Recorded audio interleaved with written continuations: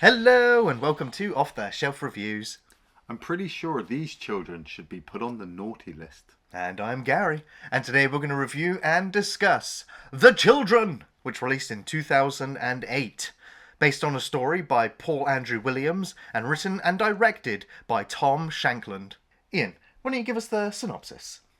Well, the story follows Elaine and Jonah, a mum and dad who have taken their 3 children to see Elaine's sister out in the countryside.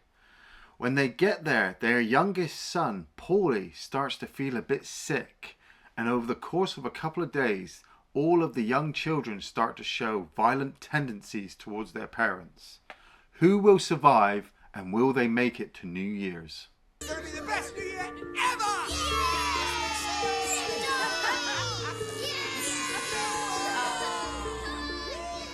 So you actually recommended this film to me like over a year ago, and I kind of had a bit of a... I mean, I looked at the poster and I read the synopsis and I was like, you know what? I've got plenty of other Christmas movies I want to watch, you know, and so I was like, I think this is probably going to be pretty bad. And considering I also didn't recognize a single cast member, like complete unknowns to me, I didn't recognize the writer or the director, so it's just like, and it's a low-budget British horror movie. So you know what? I'm just gonna forget about it, unfortunately, and let it go. And you know, I've looked up the director, and he actually has become pretty much like a director for hire over at Netflix. He's directed episodes of a lot of the Marvel stuff that was on Netflix. So like Iron Fist and Luke Cage and Punisher. So I was like, you know what? So he's still working. And so, but yeah, like for me, it was a complete unknown, and I actually think that worked in this film's favor. Actually, watching it, considering I didn't know who any of these cast members are. I've seen that some of them have gone on to do other films and other TV shows, and you know, other British like soaps and stuff. But also interestingly, and this is not a remake, although it has the same title as a 1980s horror film called The Children. Which features a busload of children driving through a toxic cloud from a nuclear power plant spillage and turns all the children into radioactive kind of murderous zombies, and you can tell that they're the murderous ones because all the fingernails go black. Although this film is absolutely not a remake, it just has a similar thing here. Children murderers, and it made me think of like Pet Cemetery. You know, and Children of the Corn. Exactly. I was like, you know what, there's not too many of them, but then like it's very risky, right? If you're gonna have children murdering people, well, you're gonna have to kill some kids. Like I kind of saw this trailer when it came out in 2008, you know, and I thought, oh, new Christmas movie to add to the list, horror, you know, kids killing their parents at Christmas time. And yet, weirdly enough, it just went under the radar. Nobody was talking about it. Nobody bought it. Nobody was like, oh, you've totally got to watch this. This is a new Christmas movie. And then it must have been, like I said, last year, maybe the year before, I saw it on the horror channel, like late really one night. And I thought, oh my God, yes, it's that movie where the kids are killing their parents at Christmas time. And then completely forgot about it again. So then when it came to our Christmas theme, you know, what movie should we do? I thought, this is it. This is the time to get The Children done and dusted before I forget about it again for another 30 years. I'm just hoping it was better than the Black Friday that we did last year. Oh, Jesus, but like I said, 2008, Tom Shankland, not really done anything else, really. And the movie kind of starts off ominous because you've got the dark woods, you know, you've got the snow, you've got just this unsettling, ominous feeling in these woods. And then the car is driving along. And we're introduced to Casey, played by Hannah Tointon. She's, you know, teenage girl, you know, doesn't want to be stuck with her parents and her brothers and sisters over Christmas. Would rather be at a party with her friends. But here she is being dragged out into the middle of nowhere by her mum to see her auntie and all of her extra cousins. Like, this is a nightmare for about 90% of the population of the earth. Christmas time with family. It's like, oh God, let's just get through this with minimal arguments, and you know, and we'll just get to the new year and it'll be fine. National Lampoon's Christmas Vacation has taught us.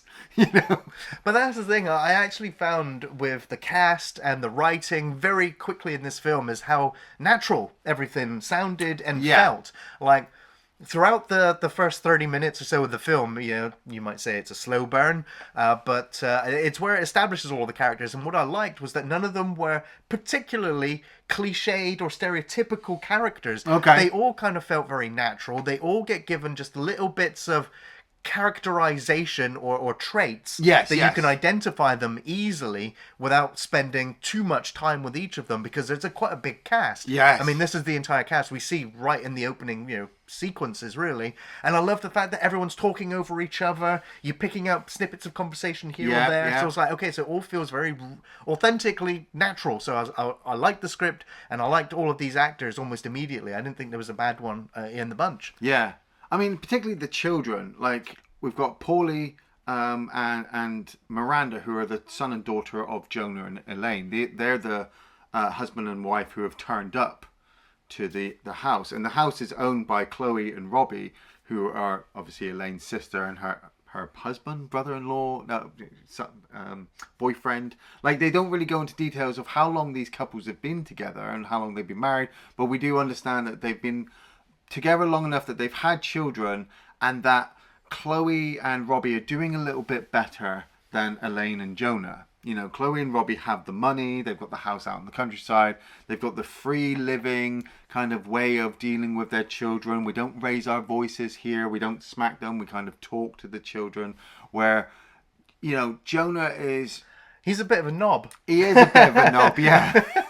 Now, he's turned up at the house with with his business model and plan. Yeah. And he wants to get into this sort of Chinese alternate medicine, and he wants to make his own business, and he keeps wanting to talk to Robbie about it, because I think he's looking for an investor, essentially, to get this thing going.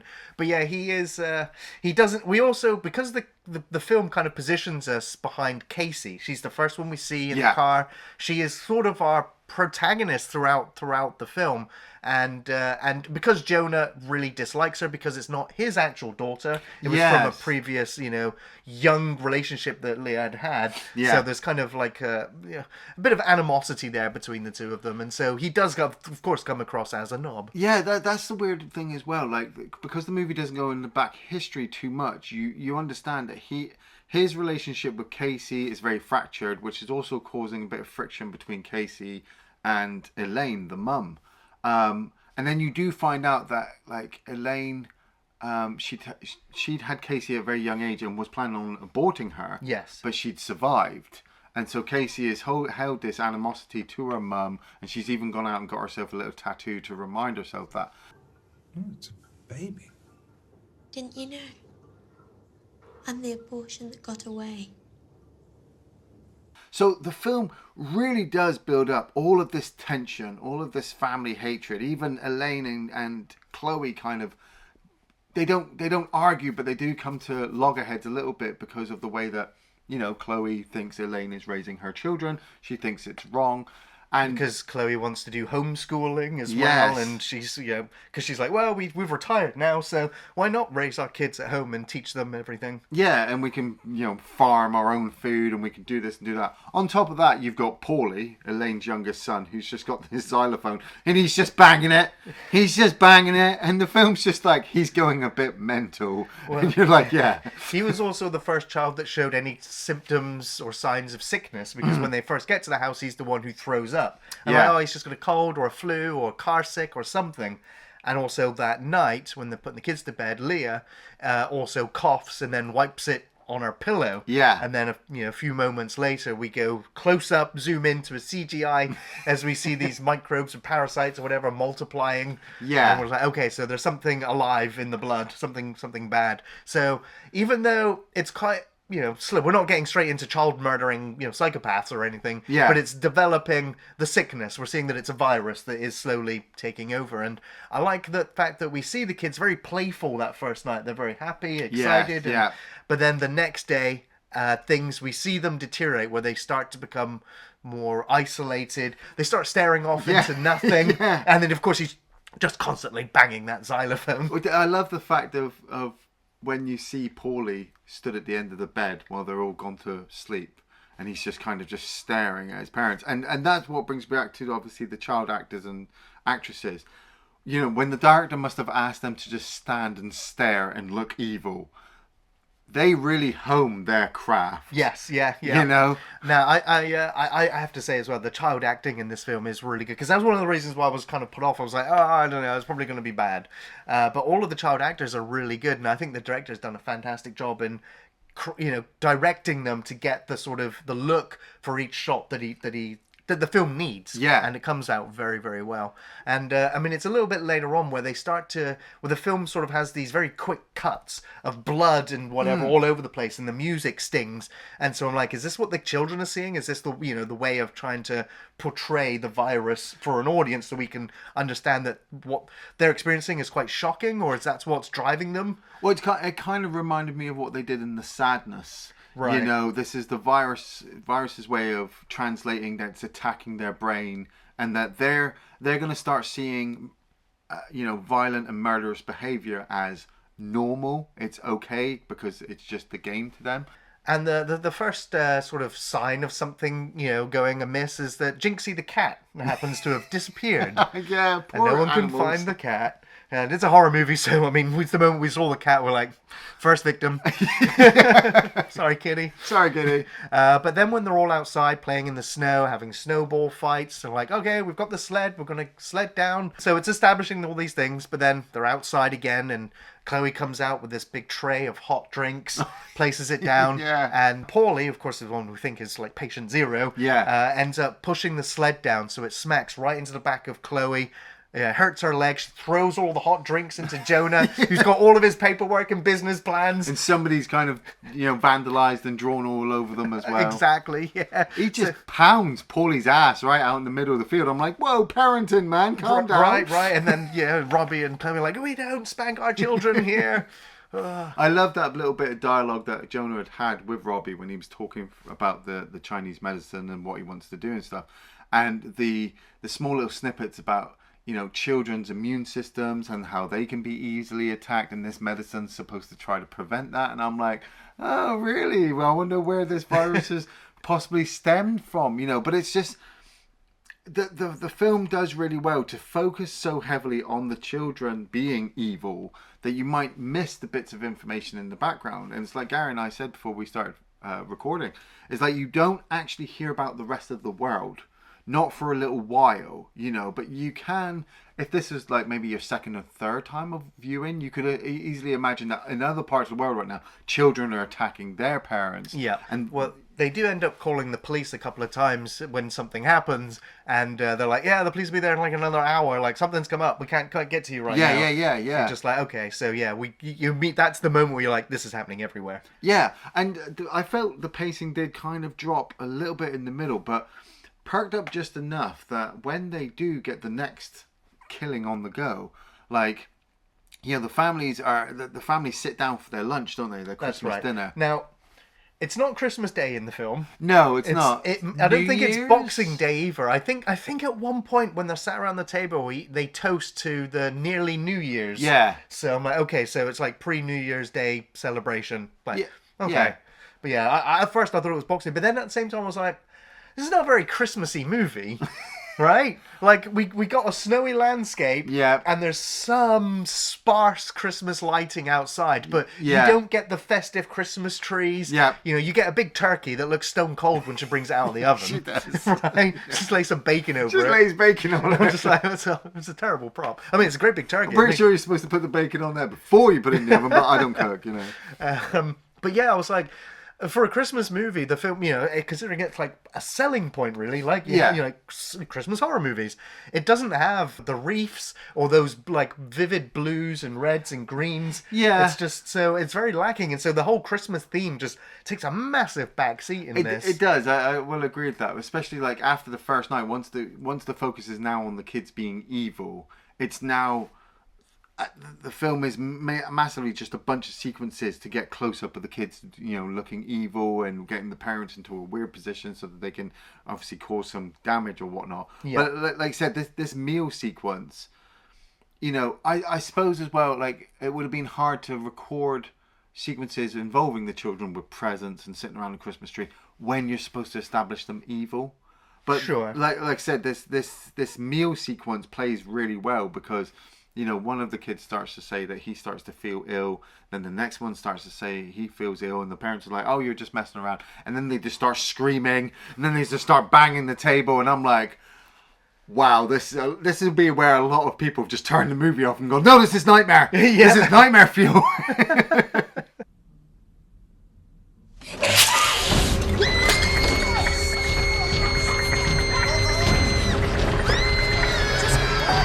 But then it's Miranda who ends up sort of attacking Chloe and scratches her face. Yes. And so she gets taken upstairs, and then the rest of them get taken outside, and Robbie's like, all right, everyone, we're going to play outside now. We're going to play outside.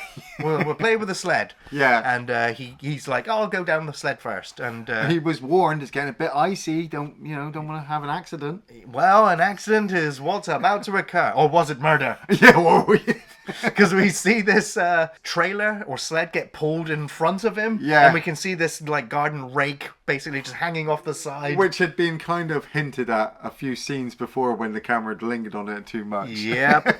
And now you may like this editing, or you might immediately go, it's cheap, because we don't see the impact. They kind of do these quick edits because we've also following Casey, who's gone off to try and get signal on her phone so she can call her friends, come pick her up and go to a party. Yeah. And she falls over at the same time he hits the thing. So it does these like quick cuts and we don't really get to see the impact. But then we do get to see the aftermath afterwards. Yeah. As his blood is pooling, as his scalp's falling out. Oh my God. I mean, it was lacking. I mean, Gary and I both agreed that the movie was missing some kind of oomph, and with all of the build-up of all the characters, you were hoping that the gory death or accident or whatever you want to call it would actually pay off to go, oh yeah, that's something that's going to be memorable for this film. But you see him dragging across the floor, and I like the red on the snow, but then like this whole next bit kind of just seems a little bit over the top. Because everyone comes running out. Chloe's absolutely screaming her head off. They're trying to call the ambulance. The kids are all screaming as well. So when they try to drag them inside, the kids all go running off into the woods. Casey has no idea what to do. Because leading up to this, you'd had all this kind of sexual tension between her and Robbie. They were caught kind of smoking a joint in the greenhouse. And he was trying to be the cool uncle, pretty much. Was he trying to be a lech? Because, yeah. Also, kind of running that fine line. But now he's dying. I'm like, oh my God, that's kind of harsh. But I wish I'd seen it. And then we do get that little quick glimpse of the flap of skin, which I was like, what's the director trying to tell us? That he's seriously injured, but we haven't got the special effects or the budget to actually show you how badly injured, so we'll just show you this flap. Yeah. And he's died, so we're just going to leave his body here. And they go running, like Elaine goes running off into the woods to find the kids, and her and Casey have this little moment out in the woods where Casey admits that she wasn't there. She'd gone to go find her friends so they could take her to the party. And Mum's just so upset. She's like, go look for the kids, I'm going home. I know that that's where this story is supposed to be going. We're supposed to be waiting for the mum and daughter relationship to fix. But while we're focused on them, what's happening to Jonah and Miranda? I want Jonah dead. And him and Miranda, like Miranda's kind of the last one to really become infected. Yeah, because I think, I have a theory that the virus is working its way up the ages. Like, Paulie's the first one we see infected, then Leah, and then I think it probably spreads to Nikki as well. Yeah. And then finally Miranda. So it's sort of working its way up the ages. Because even though Miranda's the one we see freaking out, but I think she's freaking out because all of her children, friends, siblings and whatnot, have all transformed. They're not the same anymore. No. So, but she can't really articulate it or explain it until, then she's infected as well. Yeah. And then she starts running around the house sort of giggling as well. It's like, it's very creepy. It's very unsettling. Yes. Like all of the build up of the kids just, in these wide shots, just staring, like not being children anymore, you know? It's very sinister and it creates a really good atmosphere. And, for horror movies to take place all during the daylight, with this bright snow, it's still very, very effective in its creepiness. So I kind of like that. And I also say I think the music, although very forgettable, like it's nothing special. No. But it's very appropriate for all of the moments in the film to just cement You know, be scared now. Yeah. You know, it does it quite well. Where is he, baby? Where is he? We've also got Elaine, who's following Paulie. He's lured her out into the back garden, lured her up onto this apparatus, which she's just climbing. She's telling him to come closer, and he's like, mommy, and I'm like, bitch, get off the ladder and go around the side and just pick him up. Drag him off. Yeah. You know something's fucked up at this point. Like, throughout this whole movie, these parents had no control at all. No. As a parent, I know if you've not got control by this point and somebody's dead, yeah, something's wrong. And he kind of lures her up onto this ladder, and then she slips and she breaks her leg. I don't know if she should. I don't know if one of the other kids pushed her. Definitely something. Yeah. She definitely falls and hurts. Well, her yeah, shin nasty bone. snap. Yeah. And she drags herself into the greenhouse, and then while she's in the greenhouse, Casey comes along, and Mum's still unsure about Casey, thinking, because there's been a couple of red herrings that the film's tried to imply that Casey was the one who's obviously killing everybody. Well, the parents immediately start blaming her, like, where were you? You were supposed to be looking after the kids while we got drunk and partied. Yeah. It's like, and it obviously can't be your 5-year-old sister who's obviously murdered her dad, because she'd never do that, even though she's staring intently at me as she's eaten the cat. But the kids start attacking the greenhouse, and they start throwing rocks in, and so there's glass all over the place, and then Paulie comes running in with a pair of knives, a pair of scissors in his hand, and it's crazy and over the top, and it's definitely what the film needed. It definitely needs some excitement and some high tension to keep the pace going, because it had slowed for me a little bit. But everything so happens all at once so quickly that all of a sudden, Casey's down on the floor trying to protect her mum, but Mum's knocked down on the floor as well, and now Paulie's come running along with a pair of scissors, and he's about to stab his sister, but Mum pushes him into this broken piece of glass, and he gets stabbed in the back of the neck. yeah. And dies. Yeah. God damn, we've killed our first kid. Wow, there's not many horror movies that kill a kid off. No, that's right. It makes this one very special. But at the same time, you can kind of not feel too bad, because we know that he was infected and wasn't really him anymore. He was a monster now. Yeah. So you kind of get to have your cake and eat it. Kind of, yeah. And because Mum's witnessed this attack, Casey wasn't the one who's perpetrated it. Jonah, the dad, comes in and fully cements that he's a fucking dickhead throughout the movie. He sees that his son has died and immediately blames his wife and his daughter. You two are insane. I'm not sticking around here. I'm going to go grab our other daughter, who's obviously massively infected at this point, get her in the car, and drives off. And he even locks Casey in a bedroom. That's right, yeah. And so Casey actually thinks her mum has gotten in the car and left her, and she's completely left all on her own. Chloe, Elaine's sister, has come back, found all this stuff that's going on, and so she's decided that she's going to wander off into the woods on her own, and she's going to go look for Leah and Nikki, her youngest children, and she comes across them in a clearing, doesn't she? That's right, yeah. And they... Well, actually, sorry, I just remembered the children had moved Robbie's body. That's right, and put them inside that tent. And she finds him, and he's still alive! He's still fucking alive! Somehow. And he's got the baby doll sort of wedged into his lower stomach. Yeah. That's horrible. That's fucking horrible, yeah. Yeah. But yeah, then she ends up out in the woods, and they knock her down, and they stab her in the eye. Yeah. And again, this was done with the very quick edit, so it's just a flash of image as it cuts, in between, a couple of moments. Yeah. But it's still very effective. You still see it for a second, and so yeah, it sticks with you.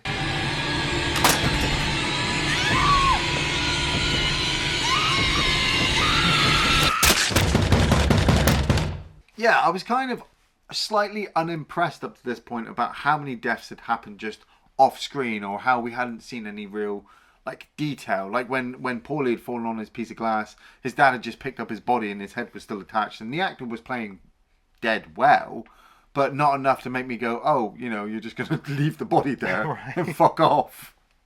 But it's this next bunch of kills which really blew my guard away. Was Casey has been locked in this bedroom, and Elaine, her mum, who's damaged her leg, has had her splints taken away by Miranda. Yeah. And Miranda's turned to her and gone, oh, well, play nicely with Leah and Nikki when they turn up, because you know the other two are going to come up and kill the mum. And so she has to drag her weight all the way up the stairs to try to save Casey. And it was really quiet. It was really tense. She's seen the two children outside, so she's trying to be as quiet as she can. Well, she managed to lock the doors, didn't she, to make sure they were out. But then we see Yeah. this giant cat flap, and I was like, well, they're getting in. They're getting in. And she activates that toy, doesn't she? And that was quite a good jump scare, because I didn't expect... I kind of knew it was coming because the film was so quiet. Yeah. But when you hear a kid's toy go off in a kid's scary fucking movie... sketchy.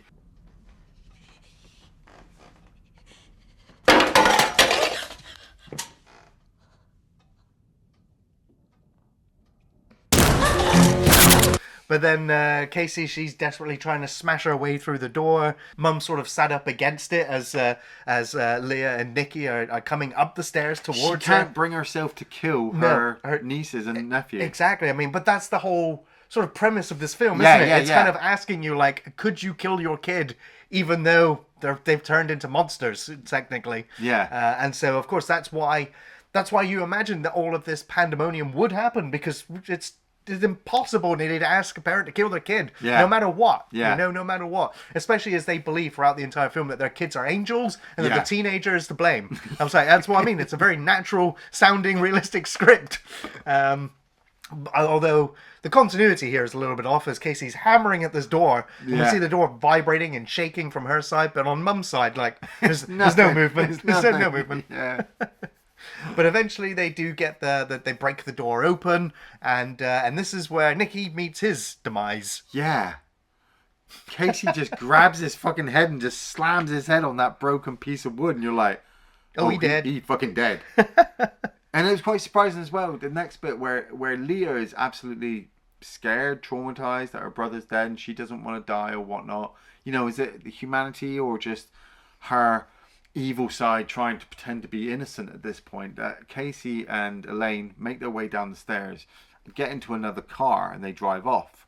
You know, Elaine's come to terms with the fact that her sister's dead because she saw the earring being held by Nicky. That's right. And they drive down the road, and as they're driving, they come across an abandoned car, which was Jonah's car. And so Casey gets out, and she's looking around, and we see Jonah underneath the snow, dead, or almost dead, because he's breathing kind of low at this point. And Miranda comes running out of fucking nowhere to try to attack Casey. And so Elaine just gets the car started, drives up, and smashes her own daughter with the car into another window. She slides down and Yeah. slumps somehow over to the side in the next shot. So it's fine. Yeah, Miranda's dead. That was pretty shocking. It was, yeah. To end the movie with a child killing like that. Yeah. But then Casey wanders over to the side and vomits. Yes. I'm like, oh, God. She's infected. Clearly. But at the same time, you know, like, as they're driving off, you know, she's doing that stare into nothing.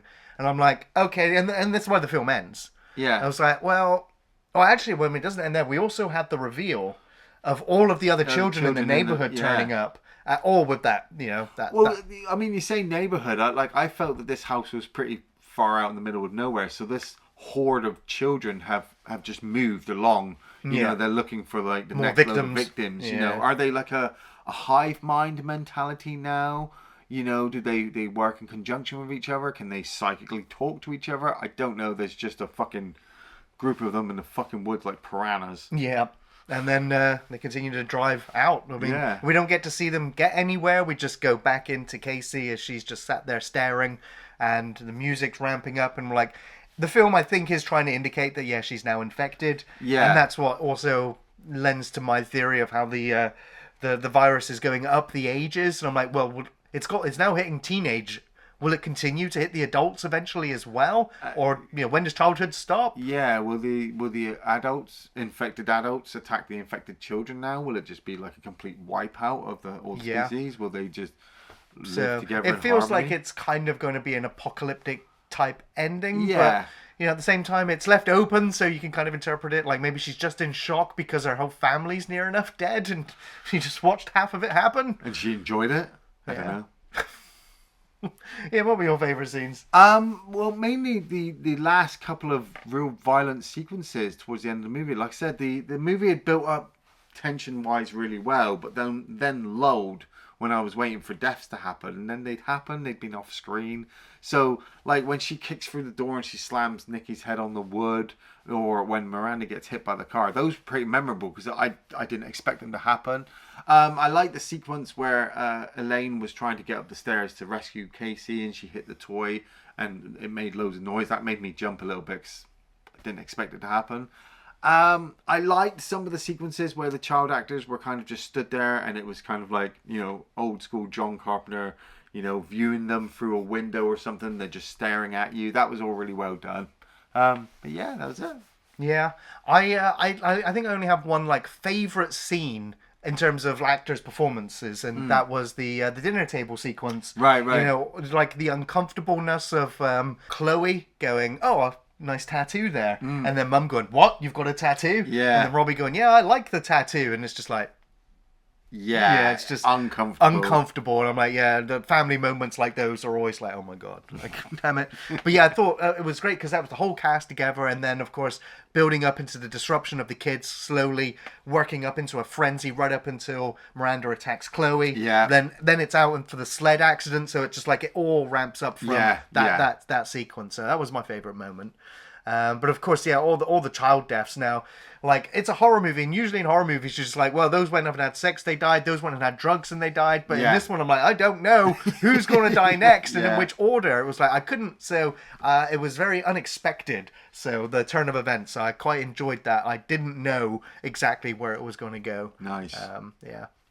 I also have a sort of non-favourite scene because it's not in the film. Right. And it's where Jonah and Miranda sort of drive off, and we basically only get to see the aftermath. I wanted to see him go through that windshield. Yeah. What a knob.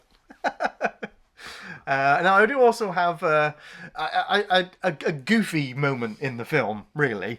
And it's during the sequence in the house before Casey gets locked upstairs, where she's with her mum on the sofa with the splint. Yeah. And we can see outside in the living room, there's like, we can see the snowy background, but it's not snowing.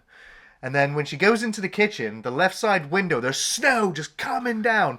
But it doesn't look natural. It looks like it's being thrown, or it's in a machine that's doing it. Yeah. And then when she comes back into the living room and looks out the window, no snow again. No snow. I was like, what was going on there? Like, I'm like, oh, we need to make sure it looks like it's snowing. But the thing is as well, is when the camera's panning back into the living room, the snow stops like a second before. It's like they ran out as they panned back. So it's just like, no, it's fine. Like, it was so noticeable, but yeah, it's forgivable. Ian, do you recommend The Children? I kind of do, for a fun horror Christmassy movie. Like what's worse than having to go to in-laws or your families for Christmas, and then you've got all these kids running around screaming their heads off. You're kind of wanting to kill them yourself, but you can't until they start killing people themselves. Like, it's everybody's nightmare, but at the same time, I think that's the fun aspect of it. I mean, like Krampus. Krampus does the same kind of feeling. The whole family locked in this one place, and some evil, malevolent forces trying to take them all out. So what are you going to do? Low budget, 2008. So yeah, a lot of people are probably going to be sitting there going, I've never heard of this. I've never seen this. Give it a quick watch. By the end of it, you've seen some kid deaths, over Christmas, if that's what you're into. But at the same time, it's a cool, low-budget British horror. Yeah. Yeah, I was pleasantly surprised by The Children and would recommend this low-budget British horror film that asks you if you could kill your child when they turn into an infected, murderous little nightmare. The story itself is nothing new, but the script and the actors bring these characters to life in a rather believable way. It's very natural and not too cliched, and so it felt realistic, providing just enough character traits and development without wasting too much time as the virus rapidly infects the children. The acting was good across the whole ensemble, with the kids being especially excellent at being totally natural before being creepy and then, well, downright evil. The filmmaking was good. Some great visuals, sound effects and special effects. Not overly gory, but just enough to please horror fans. There were a few quick cuts when the deaths occurred, but I thought the match cut edits worked rather well. The music was suitably well done, raising the tension where needed, but otherwise not entirely memorable. For Christmas horror films, this one is more than worth a watch, even though the holiday theme kind of takes a back seat and doesn't have that bright, warm Christmas vibe, but it still works as a holiday horror movie. So, yeah, you know, some bad parents and infected children all die horribly. You know, it's a perfect Christmas gift for the whole family. You brought them into this world. Now, they're going to take you out. We hope you have a very awesome Christmas and a happy New Year and enjoy your holidays. But from all of us here at Off the Shelf, we are going to be taking a break, but we'll be back in January for more film reviews.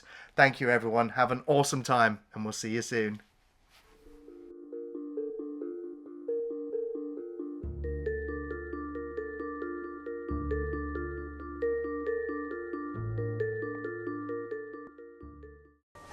Did you ever hear of contraception?